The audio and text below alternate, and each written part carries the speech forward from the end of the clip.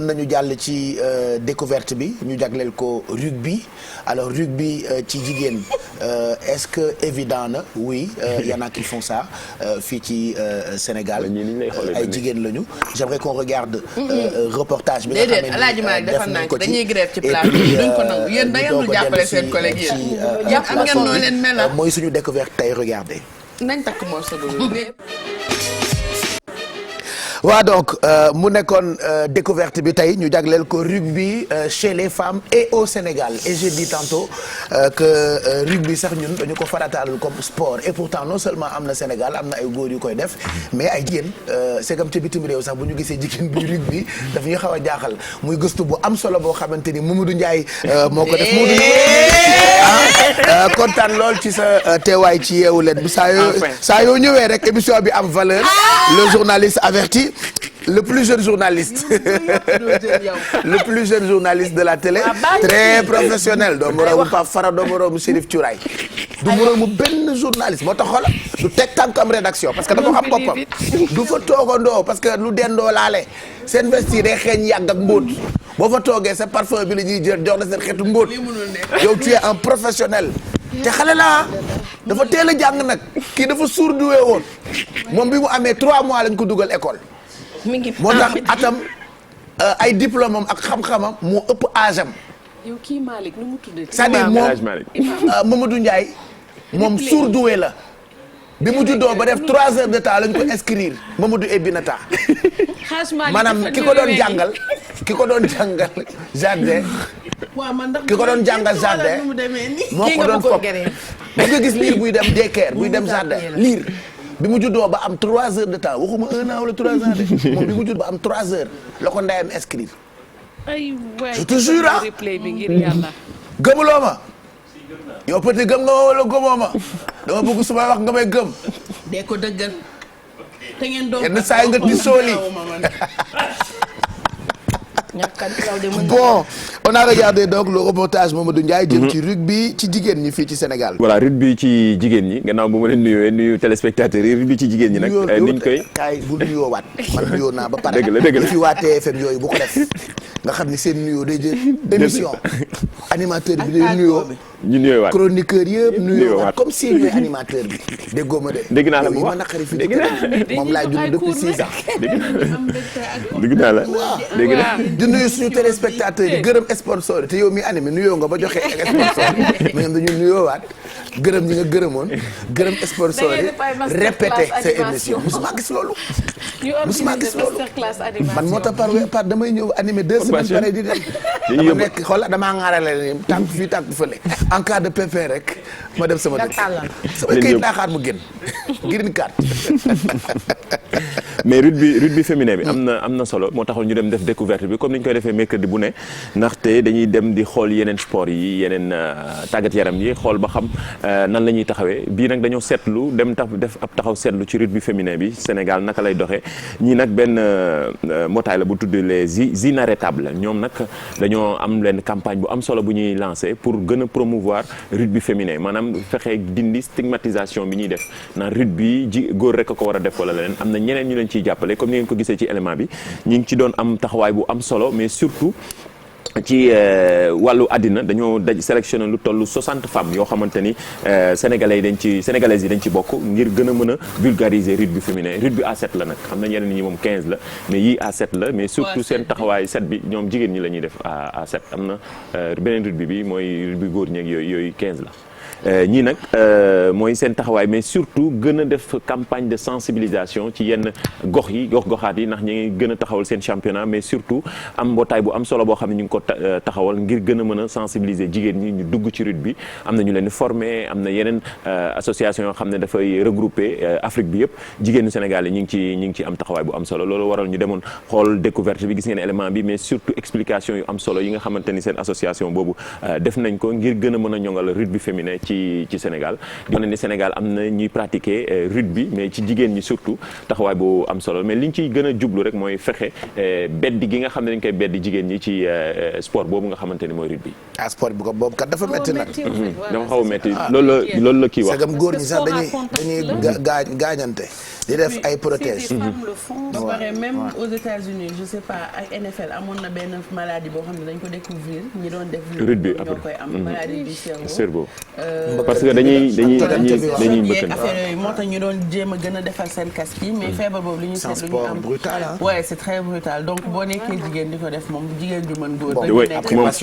passion la moom la ki intervenir doon wax ci reportage bi daal ne moom sport yu bari pratiqué na ko noonu mais bi mu demee pratiquer yeneen sport yi ba yegg si ci rugby dafa gis ni moom bii la doon seet ndaxte gis na li mu doon seet dëgg na c'est très physique gis nga ko noonu da ngay ci action yi nga xam ne dañ koy def mais surtout contact bi nga xam ne toujours day am ndaxte rugby moom xam nga boo nee rugby da ngay wax contact moom moo tax nag mais surtout ci jigéen moom bariwul ñu koy def mais je pense que seen campagne bi bu ñu gën di sensibiliser dina am na fii Yoff benn école boo xamante ni école rugby la boo xamante ni di gën a tàggat ndaw ñi ci góor ñi mooy tamit ci jigéen ñi ndaxte dañuy jël ñu ci bari ñoo xamante ni ay ndaw ñi nga xam ne dañuy taxawal les enfants de la rue ñu leen di former di leen ñuy pratiquer rugby te loolu am na solo. voilà xam naa léegi am nañu fédération wala. am nañu fédération sénégalaise bu rugby. dañuy ko Sénégal day participer ci góor ñi surtout day participer ci compétition yi mag yi dañuy dem ay Coupe d'Afrique dañuy participer ci compétition yi mag yi. defoon nañu fi ay reportage ci dernière compétition yi nga xam ñu ngi doon préparer ci éliminatoire yi Sénégal amoon ci taxawaay. je pense Sénégal booy lim actuellement ci rugby pays maghrébins yi à part Afrique du Sud moom mu ngi ci beneen sommet beneen niveau la nekk ndaxte mooy représenter Afrique ci wàllu rugby mondial ndaxte bu ñuy wax ay Nouvelle-Zélande toujours dañuy wax Afrique du Sud cité waale Angleterre Sénégal mi ngi ci yoon bi léegi nag dañuy gën di wax ni fédération yi di leen gën di jàppale ñuy gën a pratiquer sport bi nga xamante ne mooy rugby. Voilà, elles sont passionnées de rugby. muy ay jigéen yuy def sport boobu di rugby et puis match PSG bi dañu ko daggoon pour racisme coowal racisme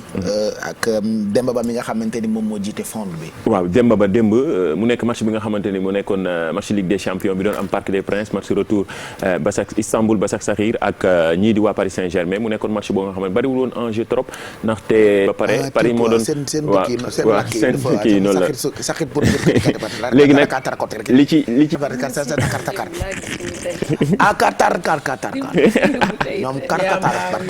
voilà gis nga ni ñu koy gisee ci image yi démb quatrième arbitre bi moo indi coow li benn roumain la boo xamante ni dafa traité négro ki nga xamante ne mooy entraîneur adjoint bu équipe turque bi moom di Achewebo moom benn camerounais la loolu nag jur coow ba gis nga image yi nga gisoon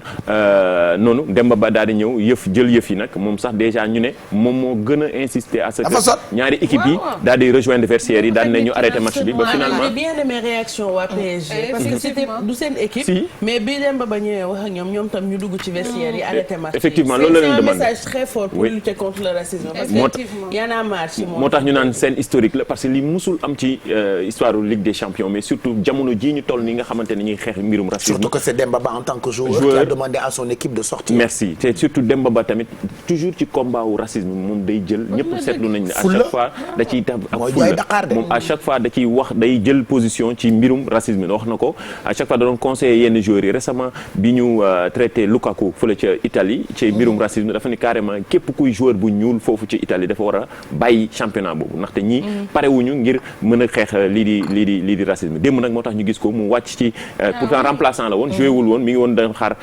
peut-être de coow li di quatrième arbitre boobu nga xam ne réaction yi bari na ba ci président de la République plus marqué sax u tax nga def benn acte bu ne mel ba pare tu sais de donner des explications man j'ai trouvé ça lamentable parce que mënuloo xool nit ki naan ce noir là wax ak moom ba pare on vient te demander ngay expliquer wu la seule chose à faire c'était de je m'excuse soit nga lijjanti turu nit ki ou à ce monsieur mais mënoo tax dafa mel ni tey je sais pas comme léeg-léeg nit ak nit nii du ma dem sax côté noir ak nit man je me dis comme nga toog ak nit jékki saay ne kii ma war a wax ak Pape Cheikh naan kii yooyu dafa nekk ay petit tic yoo xamante ne nit yi dañ ko war a arrêter parce que nit ki boo ko xamee da nga koy jox cëram wala nga ne monsieur wala nga ne madame wala nga ne s'il vous plaît mais xool nit ki ne ko kii wala sa noir bu doon sa blanc aussi nga tiim nga ne sa blanc là même ça c'est racisme c'est du racisme donc waaw moom la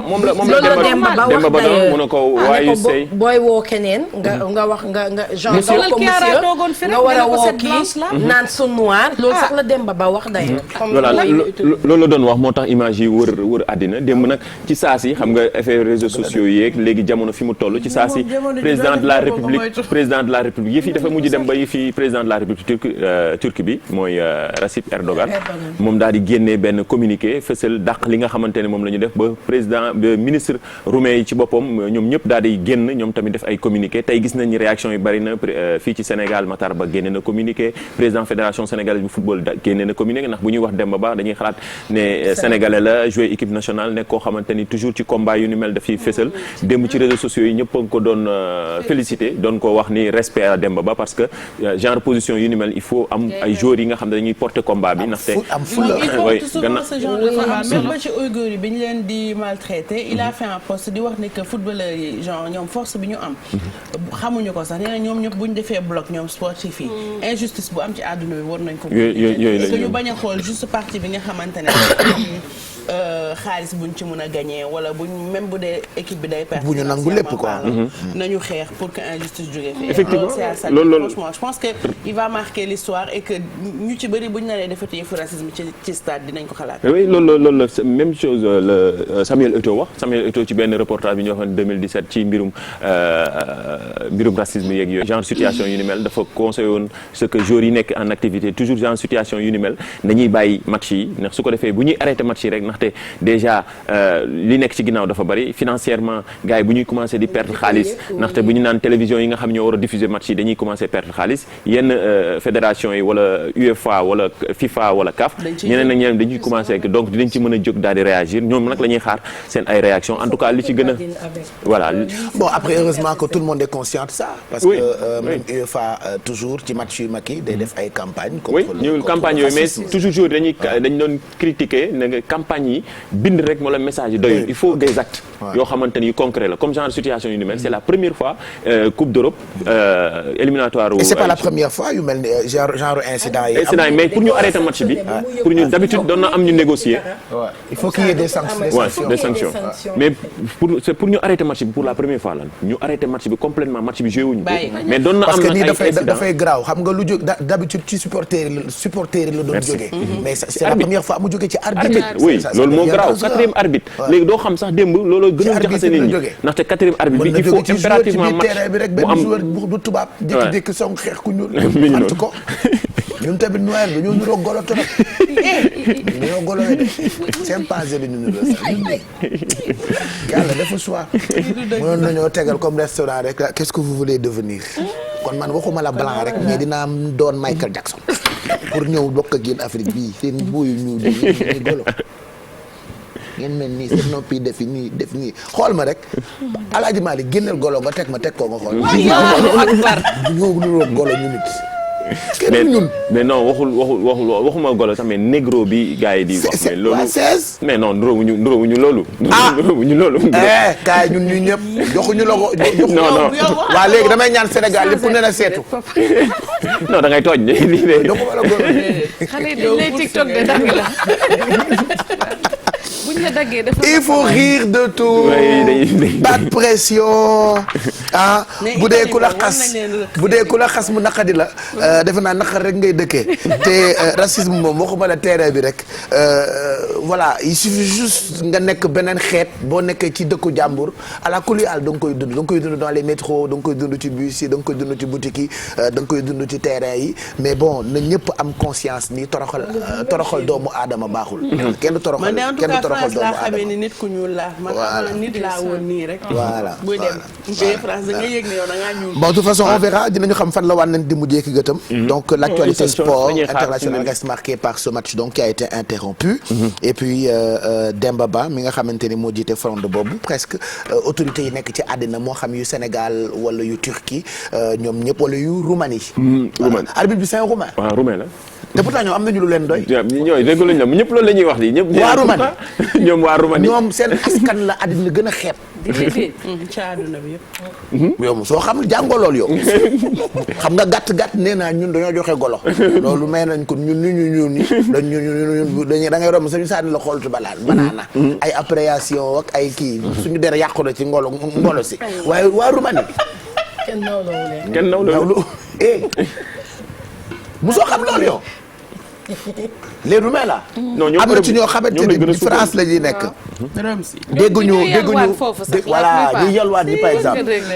xam naa dañuy def formation comme yalwaankat yi lu weewu fii Dakar. dañuy def formation ñu ne leen bu ngeen rombee jullit da ngeen wax salaamaaleykum. mais koo romb mu ne la salaamaaleykum rek xamal ni roumain la parce que mënuñu prononcer salaamaaleykum mais dañ naan salaamaaleykum ma ne ko kootuwaan salaamaaleykum bon mais on verra de toute façon kenn rafetluwul propos racistes yooyu jógee ci arbitre ça venait d'habitude des supporters mais pour la première fois mu jógee ci arbitre on verra match yi ni mu nekk huis clos moo tax ñu doon dégg ci micro yi exactement xam naa Mame Fatou Ndoye def na ci post ci Facebook bind na non bindagul maam maa ngi xaar écriture am day bàyyi ay kaasu maam te maam ni mu gàttee te sec moom bu bindee da nga xam ne ku gàtt bind et parle elle écrit bien maam ni bind livre ci sport waaw defagul kii ba tey xam nga ni ñuy xaaree Trump ci politique bi États-Unis noonu la ñuy xaaree maam doon ci coow yi ci coow sport yi yenn saa yi mu bind lu garaaw maam réagit quand même on attend ci réseaux sociaux Facebook wala Twitter merci Mamadou Ndiaye allez 10h10